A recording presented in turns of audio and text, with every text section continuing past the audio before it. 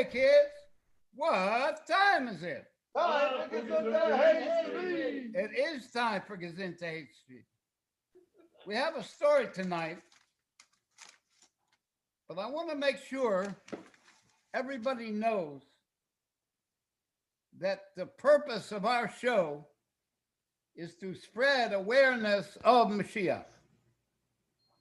Like the Rebbe said, we should make happy gatherings, with the intention of which will be to magnify the awareness of Mashiach.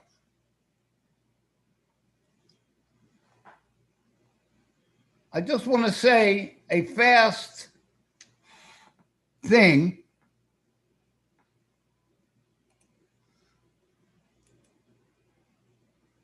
about what's going to happen in those days when Mashiach comes, what the world is going to look like.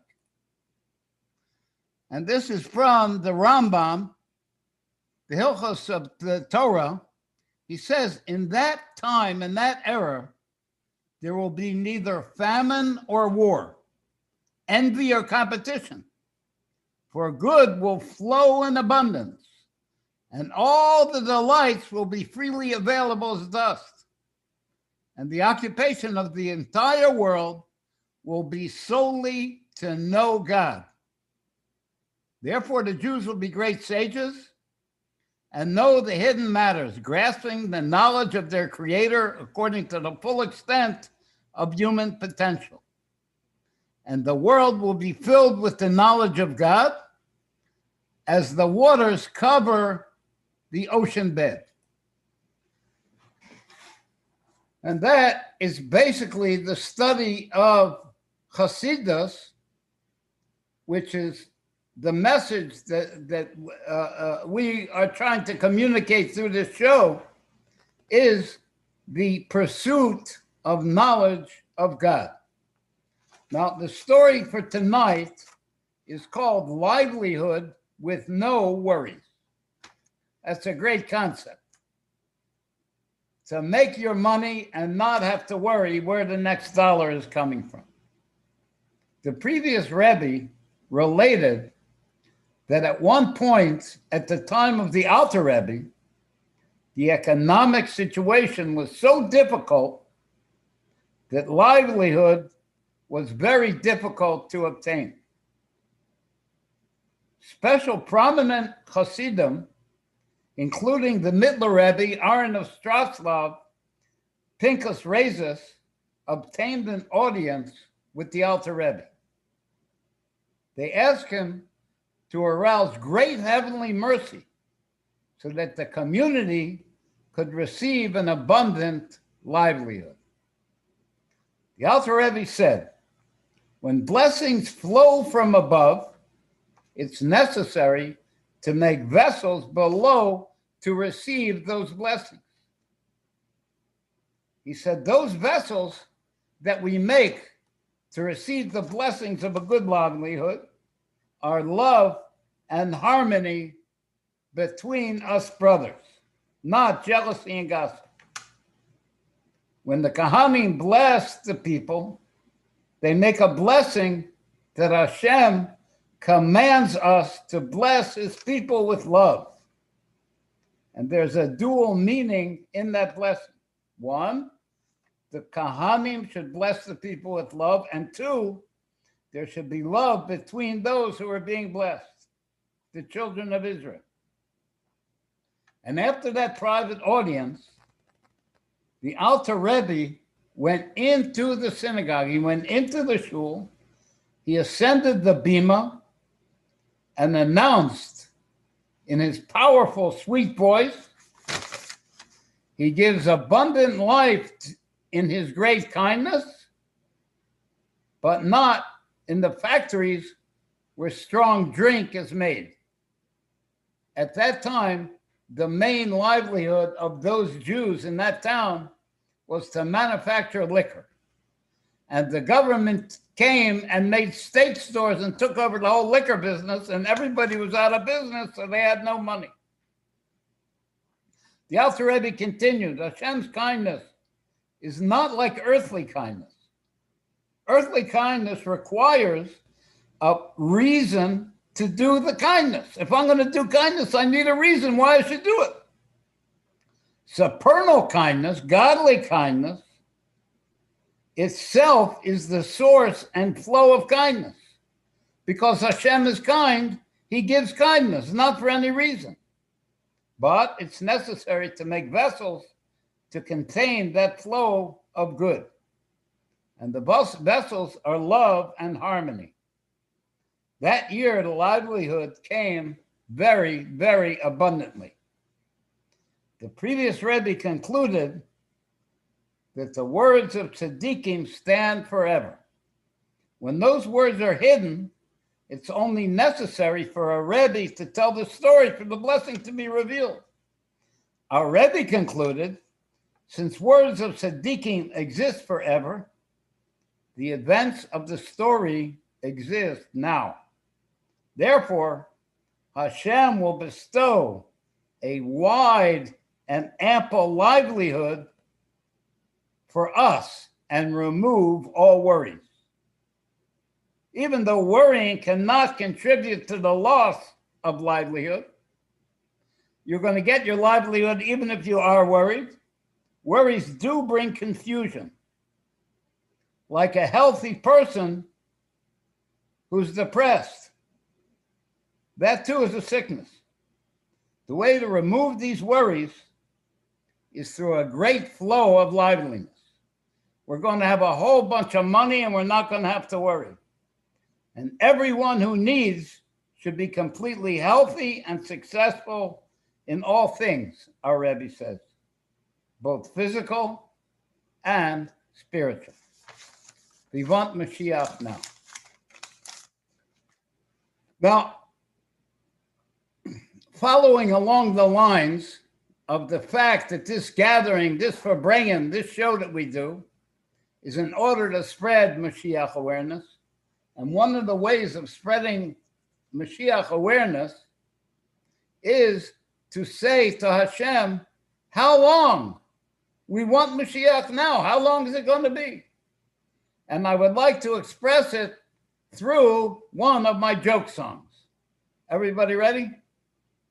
If the mikveh was mashka, If the mikveh was mashka, and I was a duck, and I was a duck, I swim to the bottom and I'd never come up. Tell me how long how long? do I have to wait? Can I get Mashiach now? Or must I hesitate?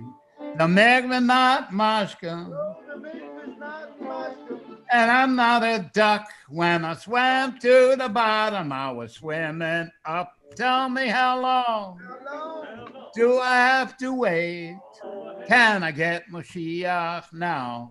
Or must I hesitate? Merciful King, all the work is done. Don't you think it's time we could have some fun? Tell me how long How long? do I have to wait? Can I get Mashiach now? Or must I hesitate? Averster, I ain't lying. The people down here that are sick and dying. Tell me how long do I have to wait? Can I get Mashiach now? Or must I hesitate? Now come on, children. We're gonna have some fun. You ain't seen nothing like the Holy One. Tell me how long How long? do I have to wait? Can I get Mashiach now? Or must I hesitate? You guys want to do a niggin like sherbet between courses to clean the palate? Yeah, we want to do a sherbet. Okay. A sherbet. Where's the city? Yeah. Okay.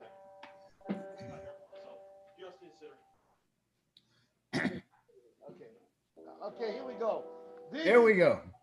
This is a very special niggin. This is said to be one of the Alter Rebbe's niggunim.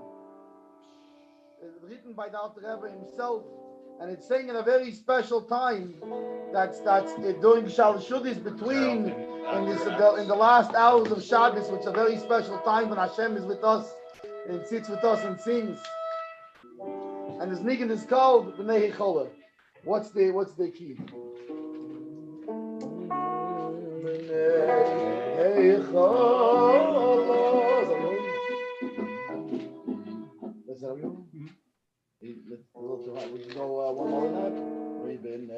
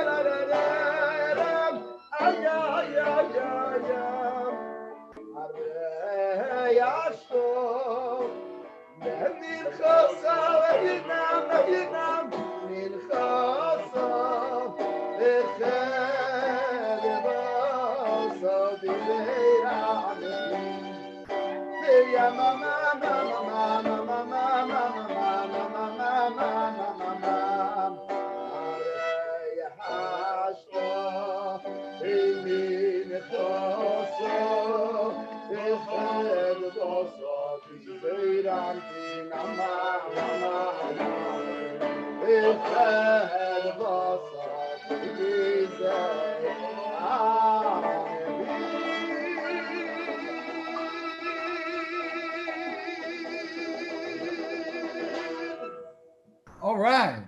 Okay. Thank you. Nice one. How'd you even think of it? Well, I was very, very brilliant. And what I did was I was like, which niggin do we sing? And then I was like, wait, mute the thing here. And I turned to Leib and I was like, hey, Leib, which one should we sing? And then he pulled that one out of his, well, you know, the Guitar. it's a part that rhymes with shmuchis that we don't say on camera. And he did Pull the card out of his sleeve. I get it. that sleeve. That's it. Sleeve. Okay. I'm going to share something on the screen for us. If I can find it. Yeah, here it is. Okay.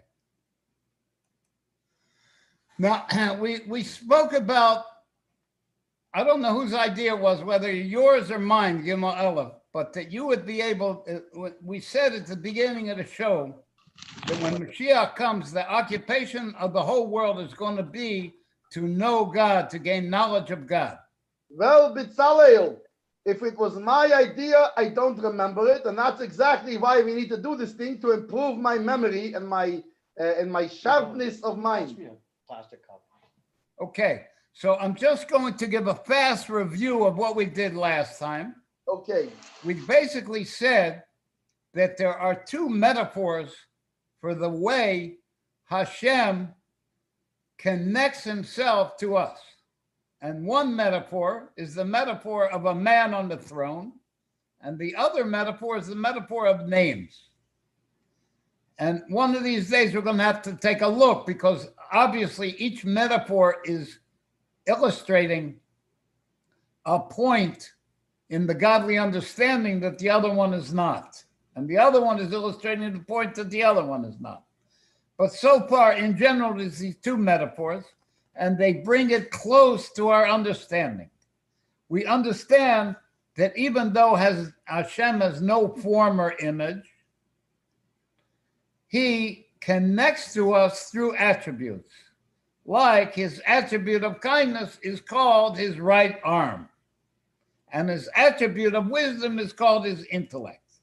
It's not that there's really a man sitting on the throne. These are all symbolic representations of attributes that Hashem takes on to connect with us. Hashem is this, everybody see it's up on the screen. Can you see it there, Gimel Aleph? I can see it on the screen, Bitzalel. Good. Hashem is essentially removed and ineffable. At the same time, he commands us to love and fear him. And it begs a question. How can you command somebody to love you? They either love you or you don't. You can't say, I'm commanding you to love me. But that's exactly what Hashem does. He commands us to love him. But Hashem does not ask the impossible. And he provides a device to enable us to achieve love and fear of him. And that device is our power to understand, each to his own ability, the greatness of Hashem. And when one understands God's unity and something of his greatness, his kindness, and his wisdom, one will automatically love him. You know, that's a song, right, Herschel? Yeah, that's a song. That's the song, right? To song. know him is to love him. And I do. Right, Earth? Yep. Exactly. The commandment to love Hashem through understanding godliness is expressed in the command, Shema Yisroel, listen Israel. Hearing or listening in this context does not mean just listening to the words with the physical ear. It means rather to understand what's being said. That's what Hashem is telling us. Use your understanding, Israel. To understand what? That Hashem is one. He's one in the heavens and he's one in the earth. The Rambam teaches like the Rambam says. Hallel, he's one in the heaven and the one on the earth. Yeah. He's one. One into one is one. It's the same God down here as it is up there. And the Rambam teaches us we are to understand, number one, that there is a God. Number two, that he is the first and continuous cause of all that exists. And that he is one, essentially, and in his emanations and creations.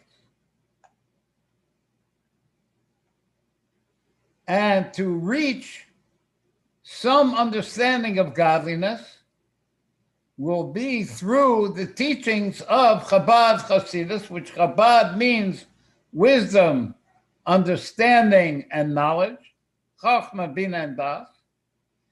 And this is the revolution that the Alter Rebbe brought to the world in explaining godliness, that up till his time, one had to have either a very lofty soul, or he had to roll around naked in the snow and fast a lot and refine his body through a lot of hard punishments until it became refined enough to understand godliness. But the Alter Rebbe did a revolution, and he allowed us to understand godliness through our intellect.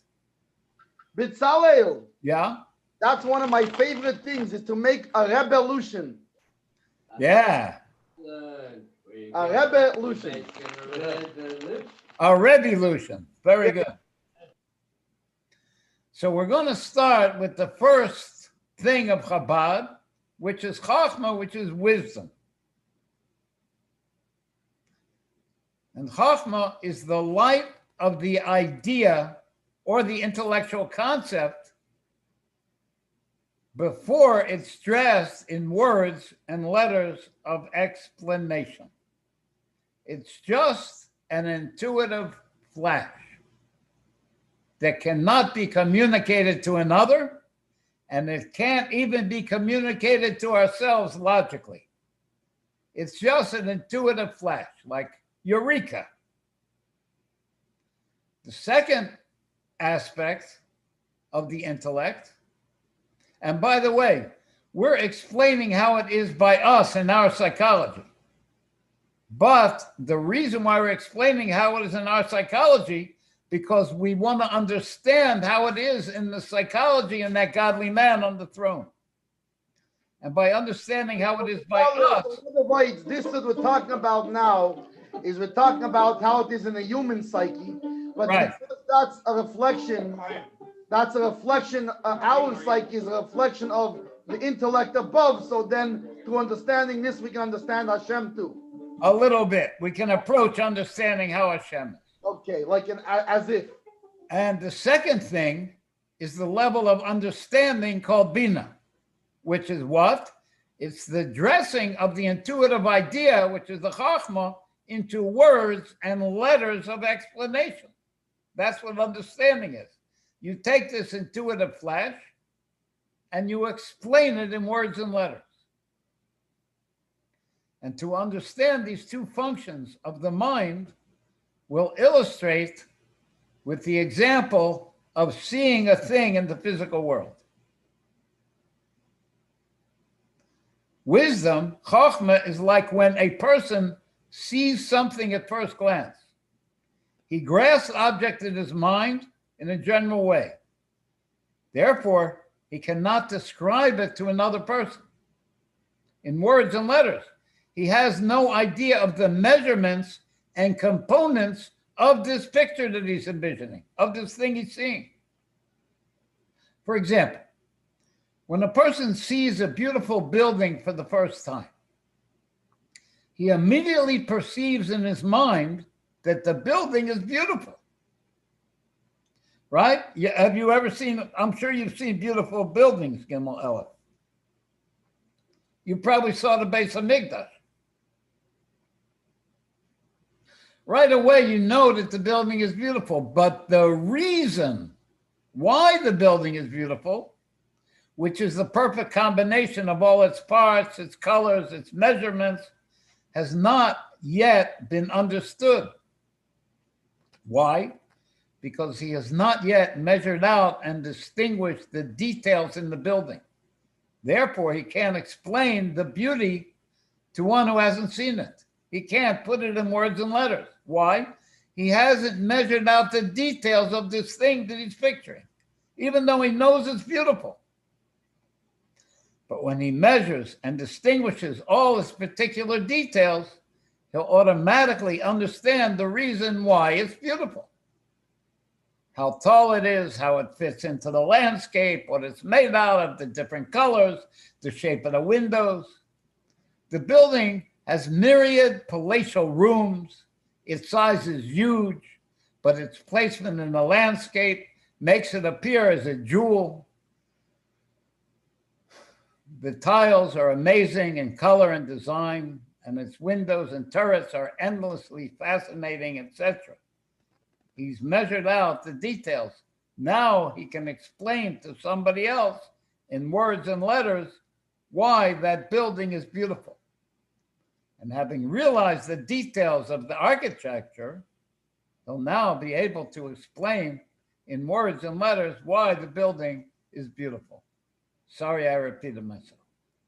But when he first sees the building, even though he realizes the essence that is beautiful, higher than an explanation of why it's beautiful, he realizes its actual beauty, he's only experiencing in a general way, higher than words and letters. Therefore, he won't be able to explain why it's beautiful to another person. And the realization of the essence of the beauty when he first sees the building illustrates the intellectual level of wisdom, the level of chachma. The idea itself, in other words, we're talking about an idea, a realization of godliness that flashes into the mind, that he's not able to express and explain in words and letters. He just knows it's amazing and it's beautiful. Higher than words and letters of explanation, called chachma, called wisdom, the eureka moment. But the understanding of the reason why it's beautiful is not the essence of the beauty, but only an explanation of why it's beautiful. And this explanation is only a garment for the essence of the beauty. The same way that any explanation of an idea is only a garment through which to communicate the idea, but it's not the essence of the idea. And I have a metaphor, I have an example to explain this. For example, I have a friend, and I know what my friend looks like. And when I see him, I recognize him. That's like the idea of chachma. That's the general idea. This is who this guy is. But if I ask you to go pick him up at the airport, I have to describe him. That's not the chachma of what he looks like. That's the bina, that's the understanding in words of letters of what he looks like. He has big ears sticking out, bright blue eyes, and red eyebrows, and he wears a funny hat. That's not the essence of who he is. Yeah. So if I understand, it seems to me, maybe I'm wrong here, but it seems to me like chachma is completely like inside of oneself without relating to anything, even to your own thoughts in a way, because yes, it's so correct. condensed. Like in other words, a chachma you can't really give somebody, but bina starts to go out, even if you didn't speak it yet, but even to explain to yourself. Right. Like, am I right? Because but how is it you can explain to yourself? Well, like, because in other ways you could have a chachma, but like, so I know it, but I can't really like analyze it and this because I have to first put it into voids, at least in my own mind. But how is it that you can put it into words, even in your own thoughts? By talking to myself. Because you measure out the details. But that's a bina, right? Of the picture. Now you can explain it. That's bina. You can explain it in words and letters. Goes out. The details are in the chachma itself. But until you realize the details, I know what my friend looks like. I didn't have to tell myself he has red hair and big ears, blue eyes. But I have to explain it to you. So I start to think. So I measure out, oh, this is the way the guy looks. He's got a big head with blue eyes and ears sticking out. Now, when you go to the airport and you see a guy that looks like that, through the Bina, now you've reached the Chachma, you recognize, oh, this must be the guy. Some kind of deal like that. This why of the beauty, this explanation of Bina, why the building is beautiful, is through measuring out its particular details, and it becomes a garment for the essence of the beauty. Like you said, the putting it into words and letters is a garment, the why of the essence of the beauty. Exactly like you said, Gimel Aleph. You're getting it well. I hope you're going to be able to explain it to others. I think so, because you see that the way it explains in Chassidus here, it's very good for, like, it's easy to remember. Oh, Even for a 3,000-year-old brain like mine. the essence of the beauty illustrates wisdom, Chachma. And the explanation of why the building is beautiful is a garment that communicates, like you said, it goes outside, an understanding of the essence of the beauty in words and letters. And that is the intellectual dynamic of understanding called Bina. Now, this example of the building describes Chachma and Bina in the realm of the physical world of action. And while we're in the physical world of action, do we have a nigun? You want to do a nigun, or should I continue?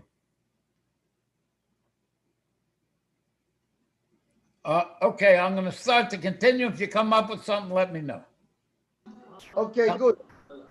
Next, we'll understand these two levels of Chachma and Bina as they connect and relate to expressing emotions. We explained Chachma and Bina according to the physical world with the building, but there's a Chachma and Bina as it relates to emotions. Emotions means. Bitzadel, so what you mean is that what we were talking before is the Chochma and Bina the way they are just in themselves, but they don't go. That's correct. Very good. Yes. Now it's going to go out to something else. Well, but the example that we gave is how Chochma and Bina is in the physical world, the beauty of the building and why it's beautiful. But I think you're correct. This is going to be how it goes out. We're going to see the intellect of love and fear. In other words, behind love and fear, there's a reason, there's an intellect. And that's what we're going to look at now.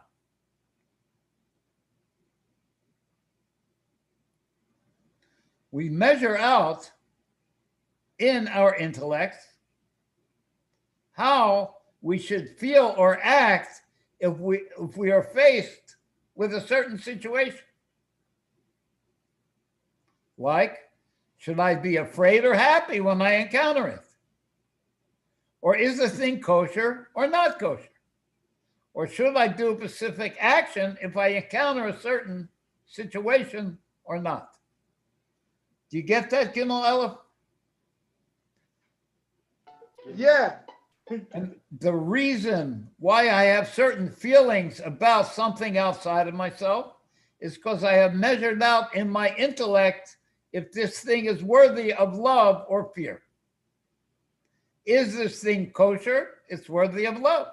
Is this thing treif? It's worthy of going away from, of fear. Now, these are, for example, if I tell you a car weighs 5,000 pounds and it could drive 50 miles an hour. So on the one hand, oh, I love it. That car can drive me to Atlantic City in beautiful comfort. On the other hand, I'm afraid of it. If I run into the street when the car is coming, I could get hurt. So my intellect measures out how I should relate to this topic this thing that I'm thinking about when I encounter it. But right now, I'm only measuring out on my intellect how I should deal with it if I encounter it. And that's called the emotions of the intellect. Now, these examples are all in the realm of intellect, which pertains to emotions, called the seichel of midos. They're not feelings yet. They're just a measuring out in the intellect the proper emotional response to a certain situation. The emotion is called the realm of feelings, while the measuring out in the intellect of what should be the proper feeling when encountering something is called the intellectual emotion, the midos of seichel. So in that seichel, which is called the emotion, the measuring out of how you should feel when you encounter the thing, what we're calling the midos of seichel.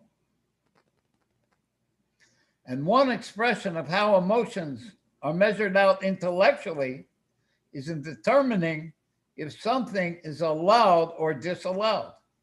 Allowed will be love, and disallowed will be fear.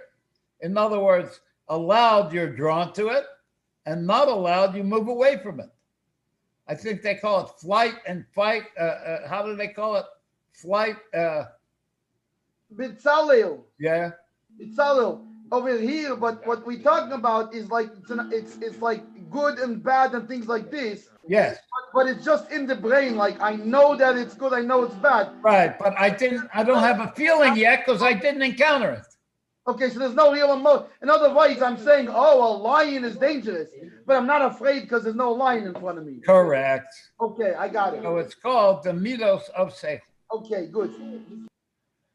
For example, when I want to determine if a thing is allowed or not allowed in Jewish law, like kosher and treif. Kosher, a thing which is allowed, will be an expression of chesed, of kindness, of good, as determined by the intellect. And treif, a thing that's not allowed, is an expression of gevurah, as determined by the intellect, of holding back, of judgment. Now, he's going to give an example from the Gemara to show how this works and how it's connected to Chachma and Bina, what we spoke about before. But it's on a more spiritual level. It's the idea of the intellect that has to do with the emotions rather than the intellect that has to do with the physical world. And the example he's going to give, there was a rabbi, his name was Rav. He was a big rabbi in his generation. And he said that an egg that's born on Yom Tov, you're not allowed to touch. It's muksa. And he had two students, Rav Ashi, and I forget who the other one was. We'll probably encounter it when I read it inside. But he had these two students. And they said, Rebbe, you're contradicting yourself. Yesterday you said that the calf that's born from a treif mother is kosher. Now you're saying that this egg that's born on Yom Tov is not allowed to be touched. And it looks like a contradiction. And Rav, who was the teacher of them, could not answer their question. And usually when you can't answer a question, it means that the guy who's asking it is right. But nevertheless, Rav said, no, I'm right, even though I can't tell you the reason why I'm right. And the reason why I couldn't tell the reason, I like that, the reason he couldn't tell the reason is because he had it in the seeing of Chachma. He had the picture of it in his mind, but he wasn't able to put it in words and letters to explain it to them. Came along Rabbi Bar Nachmani, and he was able to explain it in words and letters. He said the calf that was born to the treif mother means she was out in the field and a lion came and tore her neck and killed her. So she was treif, she wasn't kosher, but she was pregnant. And the calf that came out was a kosher calf. That's how he ruled. He said, but why? Because the calf was a whole animal in its mother's stomach before the mother got treif. Therefore, it's a kosher calf. He said, over here, this egg that's born is not a complete animal. It's a new birth. Therefore, you're not allowed to touch it on Yom Tov. So you see, we have here kosher and treif, how it is in the intellect. They were just measuring out what happens if the situation happens. They weren't encountering the situation. And we see there's a level of chachma, which is the seeing of the general idea. Tzalil. Yeah.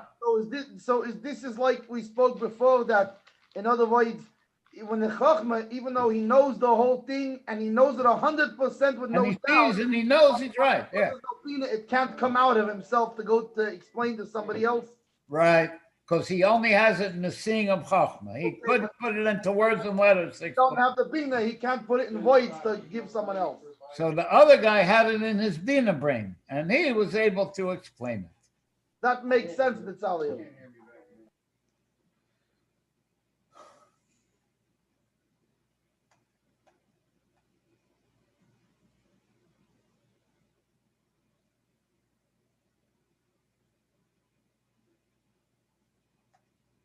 And that's why chachma, which is wisdom, is called a nothing. It's an exalted nothing. Why is it a nothing? Because it can't be explained in words and letters. Compared to bina, which is a tangible explanation, chachma is higher than words and letters. It's an intuitive flash, like we said. Therefore, it's not explainable with thoughts of explanation, which is a revealed explanation in letters. So chachma is higher than the bina, but it's not able to explain the truth that the chachma sees. Only the bina is the tangible explanation, and it's called a yesh, an existence. As compared to chachma, it's called an ayin, a non-existence. But even though, now get this, Gimel Aleph, even though chachma is called a nothing, an ayin, a non-existence, because it's an intuitive flash, itself is considered something that exists compared to the level higher than it. So Chassidus is now coming to lengthen and widen out our mind to a brand new level, the level that's higher than chachma. And the level that's higher than chachma is a real ayin, a real nothing. And chachma is some kind of a yesh in existence compared to it. Like it says, chachma comes from nothing.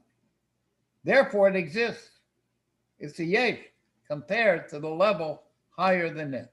Are you okay with that, Gimel Aleph? Which produces it, but it's a level that cannot be grasped, experienced, or felt at all. Not even like the intuitive flash of chachma, which is called a nothing compared to the explanation of bina. Do we want to do a niggin, or should we keep going now? Yeah, Betzalel. Yeah? But I'm just trying to understand. So in other words, so if we're saying that by us the chachma is how it is inside of us, and the bina is how it can start to come out, is the same way then by Hashem, that the chachma is meaning the thing that's inside of only, but not coming out to the voils, and bina can start to come out to the voils.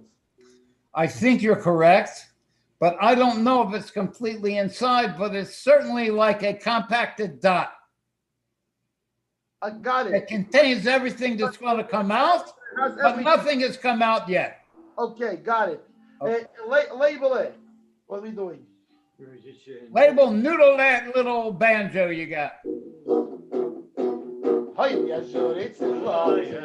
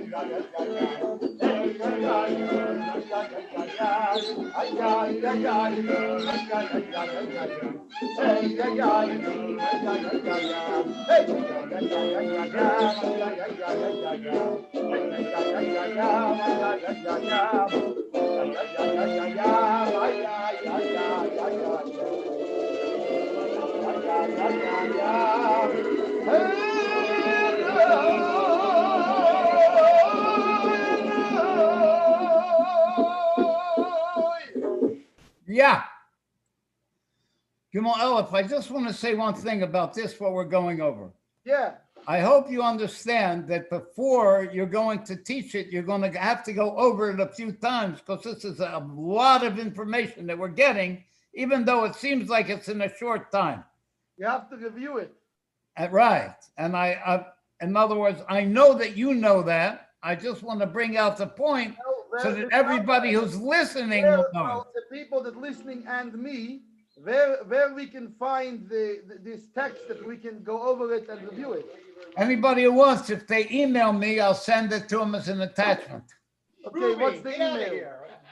Oh, don't we have it on the caption? I don't know. Put it now. We can put it on the caption. But yeah, put it in the caption. Gezintahait at gmail.com. Okay, gezintahait@gmail.com. Yeah. So anybody who wants it, we'll find another way to have it up, an easier way. But for now, that's the way you can get it. Okay, great. I think we can find a way because for the past 3,000 years I've been working on the internet.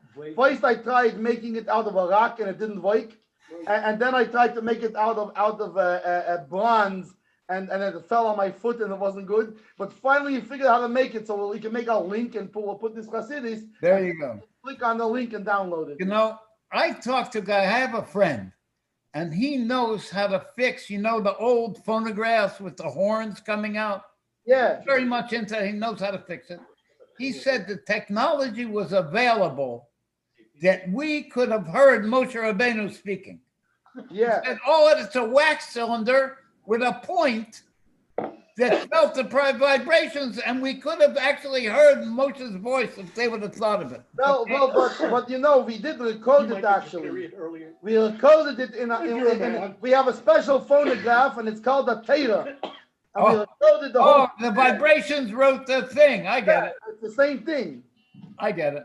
That's and right. by the way, in a phonograph, you can only hear it, but you can't see the crowns and you can't see all the different parts, like it says Rabbi Akiva, from the crown, he would come out with all kinds of halachas. Yeah. And that's why we decided this, the Eibishter said, let's record it this way, because it has all the particulars. You can learn more halachas out of these letters of fire on the skull.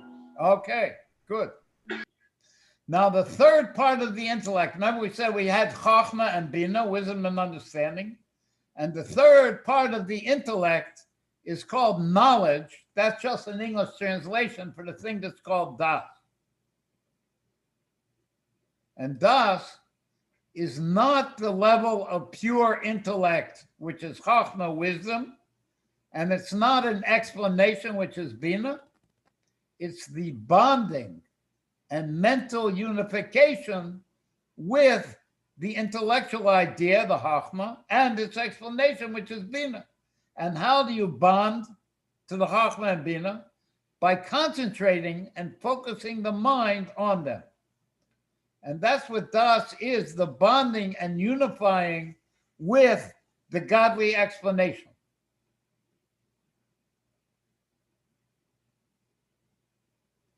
Like Adam knew Eve, Adam yoda Chava. It wasn't that they were acquainted. They actually knew each other in an organic way that they became one. The same too with our concentration of this power called das on the Chachma and Bina, we can become one with it. And the binding with the intellect through focusing and concentrating the mind on the idea, on the Chachma, and its explanation, Bina, can be illustrated by the example of two students who are equally smart. And they understand equally well at teaching from their Rebbe. But one of them focuses, concentrating on the teaching itself and its explanation. He concentrates his mental strength and energy on this one teaching until during that time, he's divorced from all of the thoughts and preoccupations. And listen to this, Gimel Aleph. He even forgets his own existence.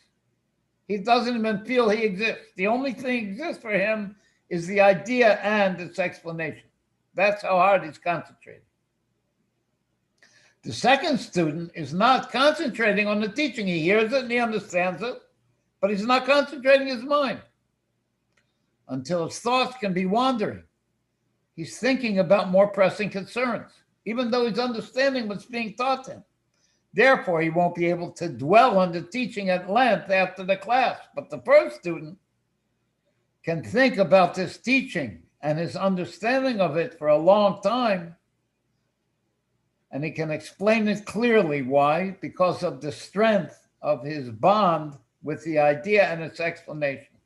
And that's called the power of das, to bond with the concept through focusing the mind and concentrating on the idea and its explanation. And the source, this is an amazing thing, I promise you. And the source which allows one to concentrate on the chachma, on the idea, and the bina and its explanation, the source of the being able to bond is a power called a chush.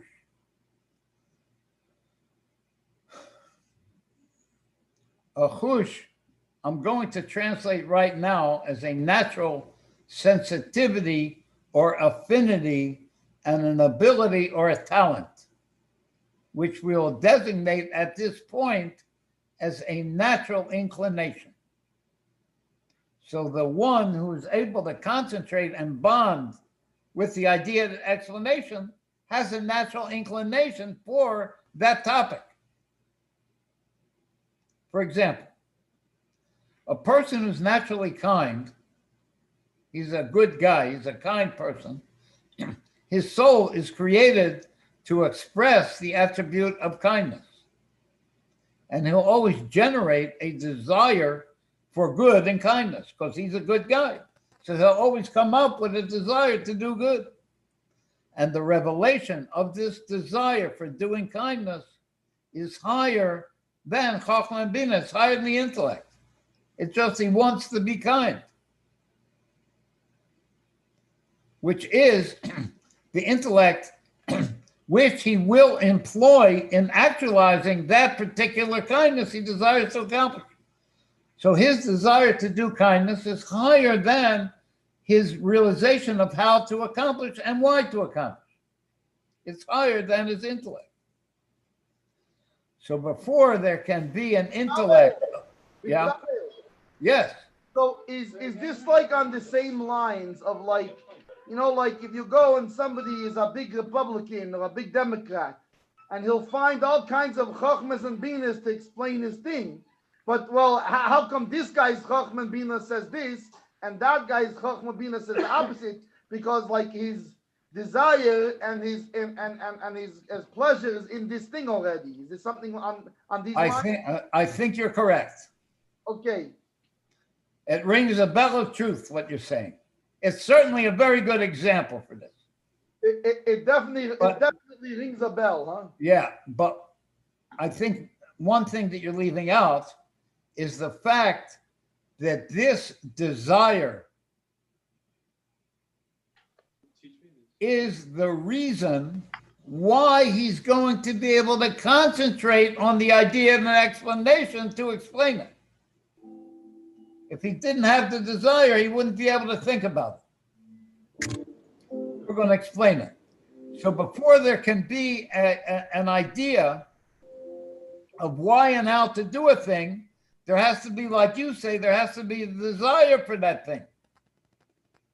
And that desire is higher than the intellect of the why and the how of doing it. I'm going to just give you an example the way I understand it. You and me, Gimel Elef, want God. We have a desire for God. Now, if we concentrate our mind on that desire, what's going to happen? We're going to born out a chokhmah and bina, the idea and its explanation about God, which is this letters on this paper here that we're reading. This is the chokhmah and bina. But why is it we have the ability to concentrate on this chokhmah and bina, on this idea and its explanation? Because we have the desire for the essence of the thing that this chokhmah and bina is about. Or else, we would walk away and say, who needs this? What is this about? The idea and its explanation, what kind of crazy thing? Why? Because what this is explaining is the thing that we want. And we're bonded to that desire for the thing that we want. Therefore, we're able to concentrate on this idea and its explanation. And the concentration of the mind on this revealed desire for a thing is called the chush. How I bond to my desire for this thing that I want, that is called the chush. And that mental bond and unification with the desire for a thing is higher than the intellect. The explanation and it's the idea and its explanation. And that desire and the bond to the desire acts to produce the intellect that actually produces the why and how, and allows one to concentrate on that intellect when it becomes revealed in the brain. And this level called chush, the bond to the desire for the thing, the focusing and concentrating on the desire for a thing, is the source of the ability of das, which bonds the chokhmah to the bina, the idea to its explanation. How? Through concentrating the mind on them. But how do you have the ability to concentrate the mind? Because you're bonded to the desire for this thing that the idea and explanation is about. For example, I hear a person playing a piano, and it's very beautiful, and I decide I also would like to play the piano. If I bond to that desire to play piano by concentrating on the desire, I'll produce in my intellect logical reasons why playing the piano is good, and like you were saying, logical reasons why this thing that I want is good, and how to accomplish getting a piano, how to find a teacher, how to learn how to read music.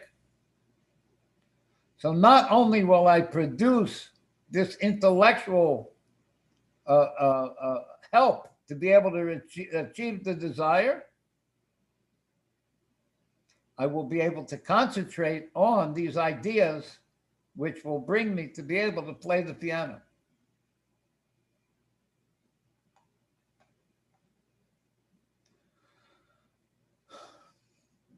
And like I said, another example is our learning of Hasidus. If I concentrate on the desire to learn, I'll be able to concentrate on the explanations, the Chachma, the wisdom, and the Bina, the understanding, through the das of my desire. I'll be able to have a das, a bond to the idea and its explanation. I see we got to the end of this first part. Maybe we have a nigun now. Yeah, we will have a nigun. 1 second. Let's show the band over here. Gimel Elif, how are you liking this stuff? You think your friends and seniors are going to enjoy this? This is great stuff, and and it's very practical too, because it gives to understanding the different things.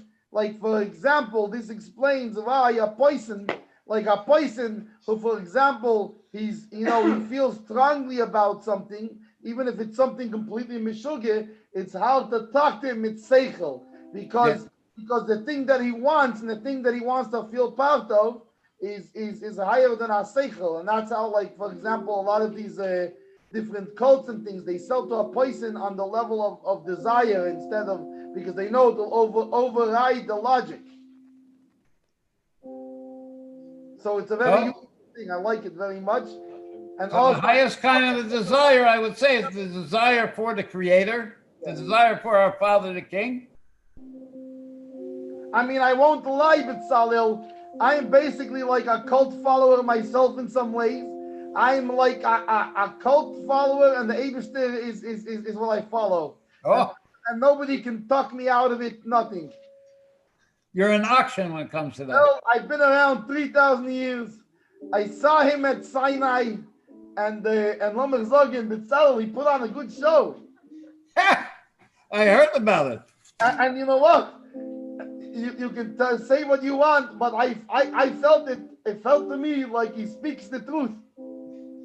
He knows how to put on a good show. Yeah, by the way, you think Jimi Hendrix is something? You should have seen the fire and the whole thing shaking. It was never in the whole world such a stage production. It was great. It was like the Eibishter's rock and roll show. And we're going to see it again. We'll see it again very soon. Nowadays, we have something that sounds a little bit like this.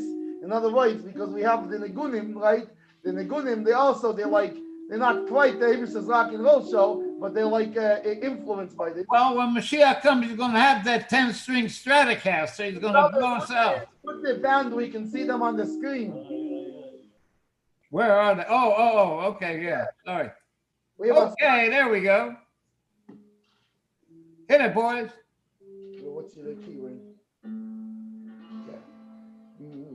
Happy to see that YY finally decided to show up.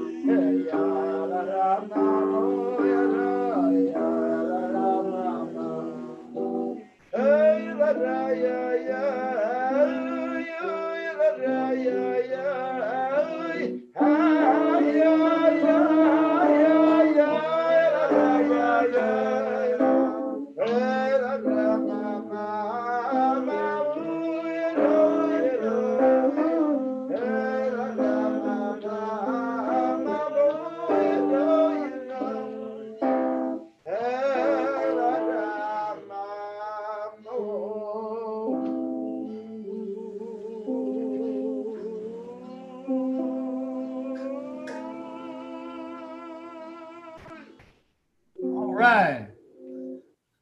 I guess with no further ado, do you have an appeal, Gamal? Oh, I have an appeal, Bitzalel. Okay. You know, in this week it says, Behaaloscha, Hashem tells Aaron when you raise the fire of the menorah, right? And also it's interesting, it also speaks, it's a funny thing, it speaks about one more thing too. It speaks about the Jewish people, they come to Moshe and they ask him from where we will have meat to eat. And Moshe tells Hashem, he says, "Me ayin li basar, from where will I have meat?" Wait a second, what kind of question is this? Will I have meat? There's millions of people in the world, and they all eat meat. So what, Moshe Rabbeinu can't figure out how to get meat? I mean, Betzalel, for crying out loud, Moshe Rabbeinu is a Jew. He can't figure out not only how to get meat, but how to get it below cost. He doesn't know. He can't find Murray Avenue Coach Sampo. He could call Sampo just as easy and have it delivered. And then Hashem has to answer him. Mayad Hashem Tiktzeir is the hand of Hashem is not able to bring you meat. And it's a very, very simple thing. Now the Rebbe explains that why is he saying me'ayin basar? Because basar, meat, right? You know, in the Merkava, right? In this that Yechezkel saw this the chariot of fire right? In other words, he saw the creation of the world, and he saw all the angels, and he saw there was the face of the eagle and the lion and the boy. He's talking the eagle and the bull, the boy, the eagle, the bull, and the bull. yeah.